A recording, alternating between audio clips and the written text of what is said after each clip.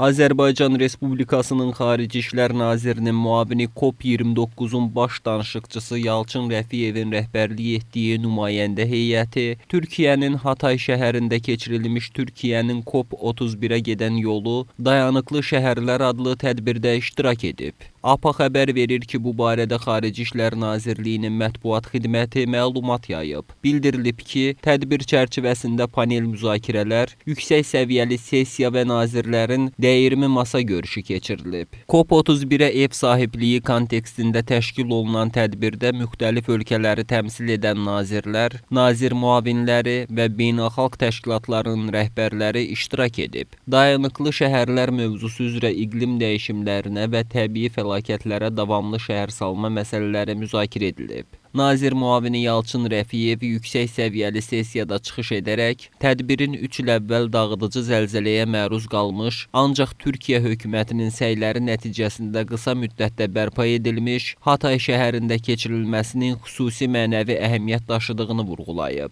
Bu nümunəvi təcrübənin müasir iqlim dəyişimlərindən və təbii fəlakətlərə davamlı şəhərsalma modelinin praktiki tətbiqini nümayiş etdirdiyini bildirib. Həmçinin Azərbaycanın işğaldan azad edilmiş ərazilərində BMT-nin dayanıqlı inkişaf məqsədlərinə uyğun olaraq yaşıl, təhlükəsiz və dayanıqlı şəhərlərin inşa edildiyinə diqqət çəkərək 2026-cı ilin Azərbaycanda şəhərsalma və memarlıq ili elan olunduğu qeyd edilib. Yalçın Rəfiyev 17-22 may tarixlərində Bakı şəhərində keçiriləcək BMT-nin Ümumdünya Şəhərsalma Forumunun 13-cü sessiyasının qlobal şəhərsalma gündəliyinə mühüm töhfə verəcəyini bildirib və COP31-in və Ümumdünya Şəhərsalma Forumunun prosesləri arasında əlaqələndirilmiş yanaşmanın vacibliyini vurğulayaraq, Azərbaycanın bu istiqamətdə Türkiyənin COP31 sədrliyi ilə yaxından çalışmağa hazır olduğunu qeyd edib.